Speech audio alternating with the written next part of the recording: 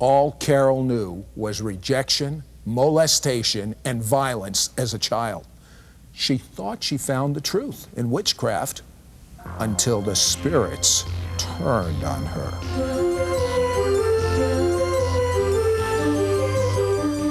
Life after death experiences and angelic communications are on the increase. Terminally ill patients whom doctors have given no hope are unexplainably cured. People are being mysteriously protected from natural disasters. Sid Roth, your investigative reporter, examines this invisible world on It's Supernatural.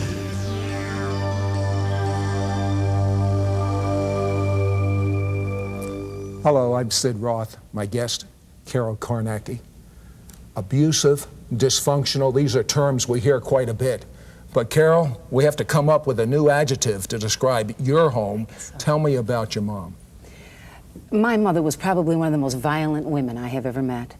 Sid, when the weekends would come, my mom and dad would drink excessively, and they would come home from bars 4 o'clock in the morning. When I'd be lying in my bed, and all the children in the house, because it was a large family of 10, and we lived in a little cracker box. And at 4 o'clock in the morning, we would wake up as children almost like clockwork. We would just sit up in our beds because we knew any moment it was going to start. And you'd see the lights of the car come up the driveway, and Mom and Dad would come in. And from the moment they walked through the door, it was a reign of terror. She would break everything. I mean, every dish out of the cupboard. She would pick up beer bottles and smash them against the wall. She would throw forks that would land in his chest. She would throw, I remember we had a gold glass ashtray, and it sailed through the air, and us little children would come out of our bunk beds, and we'd come down to the end of the skinny little hall, and we'd be screaming, "No, Mommy, no, Daddy." And I would be shielding with my older brother and sister the small children so they wouldn't get hit by the ashtrays. There would be things flying through the air, Sid, everywhere. And then all of a sudden you'd see the red and blue light, which indicated that the police were coming. And to us children, in the middle of that violence, it was almost like a peace sign, because here would come the police up the driveway, and they'd knock on the door, and they'd come and they'd say, "Mr. and Mrs. Thompson," that was my maiden name, "Mr. and Mrs. Thompson, we come here every weekend." The house would be a wreck. My mother's clothes would be ripped off. She'd be walking around exposed. My father would have blood all over his face. There'd be blood on the wall. It was a terrible And I hate to say this, but did you think this was almost the normal way to live, or did you know something was wrong? I think for a long time, Sid, we thought it was the normal way to live. And then when you started going to other children's house and you saw parents touching their children, showing love toward their children. Did they ever touch you and show love? Sid, my memory of my mom, and this is the truth, when I was a little girl, we used to sit on the floor in the living room. There were like 10 of us in the small house again. And I'd be watching TV. And all of a sudden, on the clear blue sky, in the dark, from the couch, I'd feel her hand swinging through the air. All you'd see is the wind, and her fist would hit my mouth, and the blood would just trickle down my face, and my lips would blow up. My mom was so violent that one time I asked her if I could go to a baseball game or something with the kids in the neighborhood. And for daring to ask her why when she said no, she took, you know those squeegees you use to wash a windshield? Right. One side, sure. You wash the other side, you rub it off with the rubber end. Said she beat me so bad till I was black and blue from my neck to my waist. And out of curiosity, what was her background that caused her to act like that? Did she have an abusive family? I guess she must have. Yeah, she came as an illegitimate child out of 3 children. She never knew that the man who was raising her was not her daddy. One day he cornered her to beat her, and she picked up a knife and threatened him, "Don't you hit me, you're not my father." So she always felt that rejection, that she wasn't loved, because she too was, you know, she lived in a family where she didn't feel love. So when she had all these 10 children, I mean, my mother had children since she was 19, every single year. She was like a gerbil. She had children every single year. So here she was, a young woman with 9 children in this tiny little house, and the only extracurricular activity was alcoholism. Now, why didn't your father come against this? My dad was mentally ill. When my father was about 28 years old, he became very ill in his kidneys. He went into the hospital and he was about 35 to have an operation. While he was there, they gave him an anesthetic. They had tried a brand new anesthetic on him. Sid, it made him totally crazy. He dismissed himself from the hospital after the operation. He came home. He started beating the children up, trying to choke my mother, hanging himself in the cellar. One particular time when my mother had been out all night, because my mom ran around all the time. She had affair after affair. In fact, out of all 10 children, it was believed that I was the only one who wasn't really my father's child, that I was born out of one of her affairs. But one day she was out all night with a man, and my dad was home alone, and he was on a drug called Thorazine, and the reason he took that was because of his mental state. And he would escape from mental institutions and come home. And this was one night he had escaped from the mental institution and was home, and she was gone all night with a man. Well, he had fallen asleep on the couch with the Thorazine and the alcohol content in his body. It put him in a terrible state. And I heard a screeching in the living room, and one of the little kids came and woke me up. They said, "Carol, the house is on fire." So I shuffled off the bunk bed and got all my little brothers and sisters out. And I started to try to get them out of the house. We lived in Buffalo. It was the middle of the night. The snow was 3 feet high. Right, it's cold there. Oh, so cold. And when I tried to get them out, my dad got up in this drunken, demonic state, this state of drug-induced state, and he blocked the exit of the house. And I was trying to get the children to climb over him, and he was growling in this mental state. And I said, "Dad, please, the house is on fire. We can't get out. We can't breathe." So he put us in the cellar next to a furnace. And he started another couch on fire with the hopes that the whole house would explode and that all of us would die in it. I can remember being woke up one time, Sid, at about 4 o'clock in the morning and brought out into the kitchen. My daddy didn't like me out of any of those kids because he knew that I was somebody else's. And he brought myself and my little sister Debbie out, and we were standing in the kitchen, and he handed me a cup of poison to drink. My mother and my Poison? father, so help me, Mom and Dad was standing there. It was poison. And he said, my mother went to give it to my little sister Debbie. This is how insane and dysfunctional this home was. And my father said, "Don't give it to her, give it to her." And so this little pink Melmac cup, I'll never forget it, was handed to me. And as I put it to my mouth and I could feel the poison burning my mouth, my mother, in a last moment in a drunken state, hid it out of my hand and said, "You'd feed her poison?" And he said, "I would kill her."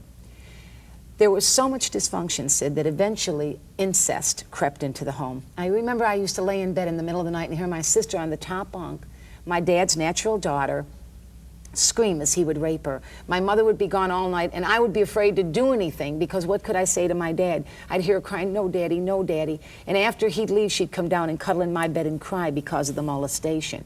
Then it began to go through the family. My older brother began to molest all of us children. The molestation began to flow through the family. When I went to my mom and told her that my dad was raping my older sister, I was beaten for it, not only by her, but for my father. Why? Because I dared to suggest that something like that was going on. So it was alcoholism, violence, mental illness, sexual abuse, and emotional abuse. Sid, in the years that I spent in that house, I can't remember once my mother ever walking up to me and ever touching me, other than to hit me or to correct me or to rebuke me for something I was doing. I was scared to death of my mother and certainly afraid of my dad. So I got to the point where I said, one of these days, when I'm old enough, no matter what it takes, pregnancy or what, I'm getting out of here. And I'm going to find two things. I'm going to find power, and I'm going to find love. You see, my mom was into spiritualism, and she used to go to a place called Lilydale in Jamestown, New York. It was a self-contained spiritualist camp. And she would go there and hear all these past, present, and future things, tea leaves and cards. And she'd come home with miraculous stories, actually, of these things that were going to happen in our home. And said they'd happen. And I would go to church on Sunday, and I'd be sitting on this pew looking up at this dead man on a cross, and I'd say, "Where are you? Who are you?" And I would think, he's dead. He's a big plaster depiction of a man who's dead. Why? Why'd you think that? Because I always thought, where are you when my brother's molesting me? Where are you when my mommy's slapping me? Where are you when my father's beating me for nothing? Where are you when we're hungry? Where are you when there is no milk in the house and there is no cereal? No one explained anything to me, so I left it at, he's dead, and I'm going to find power. So my mother coming home with spiritualist stories intrigued me. And I would think, that's where the power is. They know things that nobody else knows, so that's where the power is. When I was barely out of my teens, I got pregnant with my first child. My mother literally, physically said, removed me out of the house by my hair. I was thrown out. I went into the streets. No, the streets? Yes. It must be it was scary in the home. Maybe the streets were better than your home, from what you told me. It seemed like it was a little safer. Yeah. And there I could fight back. If I got into a confrontation, I could fight back. I never raised my hand to my mother or my father. I didn't dare because I knew it would cost me. But when I had my first child, she was about 3 months old. I was living in a little cold water flat, and she was down in a little runabout. And I found out I was pregnant for the second time. I was living a very promiscuous lifestyle. So they sent a woman to my house who gave illegal abortions. She came into my home with a little brown paper bag, dirty fingernails. She was hunched over. She was about 68 years old. And she came up the stairs of this cold water flat in Buffalo, laid me on the bed, examined me very quickly, took a long rubber hollow tube out of the brown bag, inserted a long piece of wire into the yellow tube, and went inside my body, stabbing at least 3 different times. She released the wire and left the yellow tube and said, "You will experience your first abortion. The baby will die by bleeding." That was my first experience with abortion. Now, how in the world were you able to cope with yourself and your daughter on the streets? I wasn't. Well, I was living in a cold water flat at this time. And then the New York State took my little girl away from me. I became an instant alcoholic and began to tamper with drugs. Did it bother you at that time that they took your daughter away? I mean, it seemed to me there was a relief. Sid, I came from a home where I didn't know the meaning of love. I thought love was getting drunk and raping your daughter, or slapping you in the face, or saying, "I didn't have you because I loved you, you were an accident." That's what I thought love consisted of. I thought power was some tea leaves written or some psychic cards written. That's what I thought power and love was. I was totally confused. Were you ever hugged? I don't mean in a sexual way, but I mean hugged in a loving way as a child. No, Sid, no. Sid, I would have gave my arm up to here if my mother would have just touched me lightly. It was basically either you saw a hand coming, or you saw a fist coming, or a belt coming. And there were times I had spankings coming. Don't think they were just beating me day and night. There were times when I disobeyed and was rebellious and had a spanking coming. But the majority of them, they weren't warranted. When I finally got out of there, and after the first abortion and my child being taken away, I became increasingly dependent on drugs. I became pregnant for the 3rd time. This time I went into the Larkin building on Seneca Street in Buffalo, New York, and stood at the top of 30 concrete stairs. And in a desperate attempt, because of the inconvenience inside my body, because I didn't think anybody loved me and I wasn't worth anything, and they had taken the first child and I had aborted the second, my mother didn't love me, my dad didn't care, and he already was in a mental institution permanently, I threw myself down 30 concrete stairs. Sid, I rolled like a bowling ball down those stairs and landed at the bottom in shock.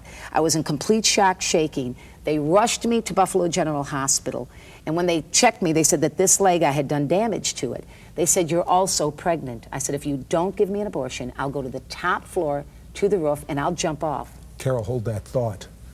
I'm going to tell you something.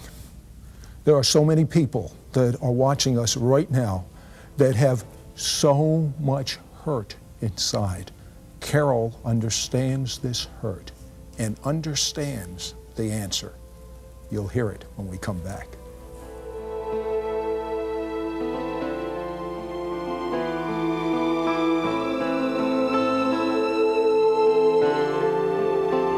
We will return to It's Supernatural right after this.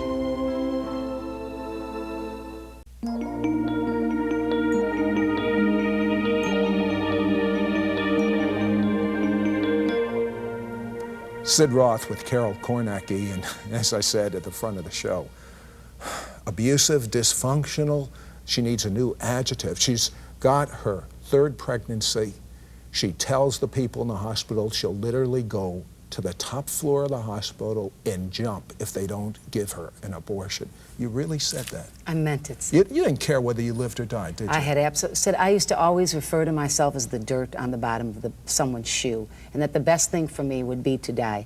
So when I told them that, they realized how serious I was. They sent me to psychiatrists because at the time they gave therapeutical abortions. The Roe versus Wade hadn't come into effect as of yet, so they gave therapeutical abortions. If these 2 psychiatrists deemed you unable to carry the child, then they gave you the abortion. They came in, I'll never forget it, said the guy pounded on his little pad like you got there, listened to me for 2.5 minutes, you are totally dysfunctional, absolutely unstable, permit abortion. The second guy came in, did the same thing, pounded his pencil, he looked up, he said, "Just give her an abortion." I received what they call a D&C. It was my 2nd abortion. When I left the hospital, I was so broken by that time, helplessly addicted to drugs. I got what they call peritonitis, and it is a very severe infection in your innards. It almost killed me. When I got out of the hospital with peritonitis, I left for New York City. I spent 11 days there and learned how to be a heroin addict.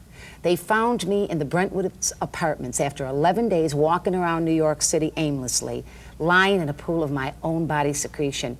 They washed me up, put me on a train, and sent me back to Buffalo and New York, where I continued to grow in my drug addiction. Now I was a needle freak. I was pushing needles in my How arm. were you supporting your habit? I never got into prostitution, but I always found a way of either stealing or working as best I could or begging for enough money or using welfare checks that I was getting to live on because I couldn't work. I was very, very sick physically. So that I would also use to get my drugs.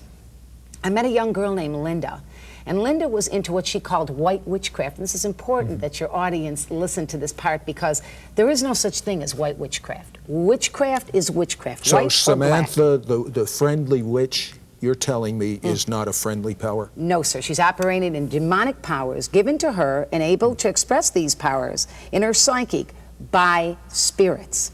And so I began to be very interested in power because remember I was looking for love and power and I sure wasn't finding love. I was sleeping around living a terribly promiscuous lifestyle and only getting hurt more. Now here I was looking for power and she's telling me I can have all kinds of power. Well, I was enamored with the idea. I got all the books you could on witchcraft out of California. Louise Hibner was the top witch of the day.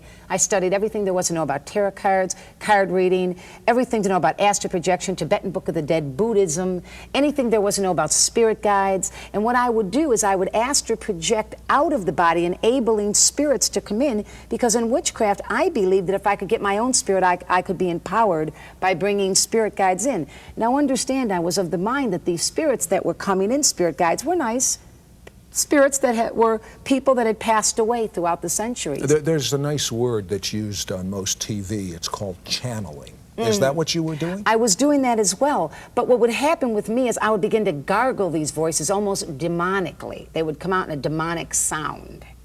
And so now here I was so interested in witchcraft. Here I was in Buddhism, reincarnation, planning to kill myself so that I could go back. Reincarnation means recarnate, means enter back into life, return to the flesh. So I believed that if I killed myself, I'd be born inside the womb again, and through the Tibetan Book of the Dead, I would learn that soul migration, be born into the earth and have another chance, have a better mother, have a better father, not be a drug addict. So I became very, very studious about astrology, witchcraft, card reading, and that card reading became my niche. Sid, I would walk into a room with a deck of cards and read everybody's mail, just by that deck of cards, and I thought I was the best thing since the McDonald's hamburger. I thought I had finally come to a place of prominence because I could intimidate people. I could make them afraid of me because I was operating in these powers. And I never knew they were demonic or evil. I thought that I had come into this great power that I had been looking for. The trouble is, when you play with the devil, he doesn't play fair. He'll give you everything you want, all the drugs you want, all the women you want, all the promises, and all the power you want. And when he's done with you, he'll kick the legs out from under you. Sounds like the Broadway play Damn Yankees, where they sell their soul to the devil and they become a champion baseball player. I never saw that, but that's interesting. And that's why you hear rock stars sometimes say, I sold my soul to the devil. Because once you make that trade, he'll give you what you want. But people need to understand that the devil is not sharing his kingdom with anyone. He's selfish and hateful, and his personality is that of hate and violence. And so as I began to encounter these spirits, from a pleasant person, even though I was a fall-down drug addict, I began to take on the personality of the devil. I began to act. I began to hate. I began to become violent in my card began readings. to hate? You must have. You had Hate no all love the anyway. You at all? more. Really? Oh, hate all the more. And I love to see people hurt. Like, I'd like to do a card reading where I knew a man was committing adultery. I'd name names, and it was just an evil behavior. And so here I was with these spirits operating in this power, cursing people. I cursed one man's city, fell 3 stories into a wheelbarrow. Thank God that wheelbarrow was there because he would have been killed. I was astral projecting. I was studying all this witchcraft. I thought everything was wonderful. The same spirits, as you said in the opening, that gave me power began to turn on me. Why would they turn on you? Because the personality of spirits of darkness is not a nice, friendly personality. You can tell even by people that are deeply involved in witchcraft, the way they dress, the way they act, ghoulish and black nails and dark colors and very strange in their acting. Is it like, I used to watch Westerns as a kid, and in the Western, a new guy comes into town and goes and plays poker, and he wins. And the next day he said, boy, these are country bumpkins. I'm going to take them for all they're worth. And he bets everything he has and the game is fixed. And he loses everything he has. Excellent. And that's exactly the way it happens. Sid. That's excellent. And that's exactly what had happened to me. I thought I had arrived. But as these spirits began to turn and to torment, the same spirits that gave me power to read cards and astral project and operate in the solical power, the psyche power, would turn on me. What does that mean? What do you mean, turn on you? It was as if all of a sudden the same voices that would say, this man is committing adultery, or this woman steals at work, or this girl's going to get married last year, when I was reading cards, would now say to me, you should die. It's better to just die. Said I would walk around with a gun in my mouth. I can remember the metal used to burn my tongue. I would just suck on a gun, waiting for the moment to stop this power that I had entered into, to stop the destruction of my mind. My drugs increased. I would take needles, Sid, and people that were the worst drug addicts in town would not get high with me. I would go into a bathroom and take a needle and bang it into my arms. I had thick growths all the way down. Today you can see they're totally gone, but thick growths and abscesses all the way up and down my arms. In that drug state, I'd go out and become even more promiscuous, hoping that someone would just love me for a little while. And that's what our kids are doing today, Sid. They want somebody to love them for 15 minutes. That's why sex has become an everyday movement. I mean, it's nothing to be 11 years old and to go to bed with your boyfriend that you go to school with. And so here I was, nailing myself with needles, blood coming out, demon possessed from the spirits that I had invited inside, broken. In one particular time in all this story, they locked me up in a mental institution. Sid, they locked me behind a metal door. That's how crazy I got. My arms were full of needle marks. My nose was full of blood from cocaine. They put me in a room, locked me in because I had now had serum hepatitis, which you get from filthy needles. So they had locked me in a mental institution in the K ward at Meyer Memorial Hospital in Buffalo, New York, with needle marks, with mental crazy screaming in my head, giving me a liquid diet to try to clear up the hepatitis. When they finally let me out, I became pregnant again. Oh, no. This time I went to the Erie County State Building in Buffalo, New York, and got a legal abortion. So when I left that medical building that day after that abortion, and still to talk about it, it hurts a little. I remember sitting down for the first time and saying, I wanted that baby. That baby I wanted, because I felt like I had such a low opinion of myself that maybe this child could change things for me. Of course, it was too late. So here I was, I had had 3 abortions, a child that was taken away from me. I was hopelessly drug addicted, and the doctor comes to me and he says to me, you have chronic active hepatitis. Your enzymes are right off the hinges. You probably What does that mean, chronic? It means that chronic means it's constantly going on. Active means it's happening right now. And hepatitis B is a very serious form of hepatitis. He told me that my liver was turning into a piece of leather. It was in that state that I decided that it didn't matter if I lived. I increased my drugs, I increased the insanity, increased the promiscuous life, increased hatred, was full of violence, and totally suicidal. And then one day, standing in a bar, serving drinks, stealing from the place, everything they had, stealing and lying and getting high in the bathroom, a young woman approached me named Linda Smith. And you know what, Sid? She really believed in the power of God. She knew I'd experienced the power of darkness, that I knew it was out there, that it worked. But she wanted me to see a higher power, a greater power, that superseded the power that I was operating in. So what did you think of this, Linda? I thought that she talked the talk and she walked the walk and just didn't talk the talk. A lot of people talk the talk, but they don't walk the walk. And Linda just showed the love of God in the way she acted. She didn't come out with all these spiritual lingo comments. Yeah, but you told me as a kid you didn't care for this Jesus guy. Because now I was at a place, she was introducing a man to me, a man that didn't rape you, beat you, use you, put you on the streets and stick needles in your arms. A man that was the Son of God who loved you for the way you are, not for 15 minutes, loved you for who you were, and who was able to reach down in that liver and reconstruct it, reach into that belly full of blood from bleeding ulcers, reconstruct and heal that, reach into a mind that was mentally ill, reconstruct that, reach into a heart that's broken, and put it all back together. Just because he's a man who loves mankind, because he was the Son of God. How'd that happen? She took me to church. She took me up to Pastor Why Tommy did you Reed's go to church? Because I was dying. And there was no hope. I figured I'm going to die anyway. Let's go see. And you know what really influenced me, to be very honest, in the last few minutes of this program? She acted like a person who didn't just put on a facade of Christianity. She lived it. She walked it. She didn't want to impress anybody, Sid. She wanted to introduce to a dying, demon-possessed tramp witch. She wanted to introduce that human being to a man who'd change her life. You went into that church. I walked in. What happened? I was dressed lewd. I had demons in my eyes. They were screaming all over. Most pastors would kick you out. Some of them wouldn't have anything to do with me. But Sid, in a very quick moment, I know we're coming to the end of your program, in a quick moment, the man on the platform said, if you need God to touch you, if you need healing in your body, come on up. I took the longest walk of my life. When I got to the platform, and to this day it brings tears to my eyes, Jesus Christ was waiting for me. Within an instant, and I have medical reports, in a moment of a prayer of 1,800 strangers who didn't know my first name, the church stood forth, the blood-bought church began to sing the blood of Jesus. And in a moment, when they began to call on the name that people curse, the name of power and ability, my liver was healed, my stomach was healed, my mind was restored, and I left that church, Sid, never to be the same. From that time, the day I left that church, a process of healing began. What about drugs? I was instantly delivered.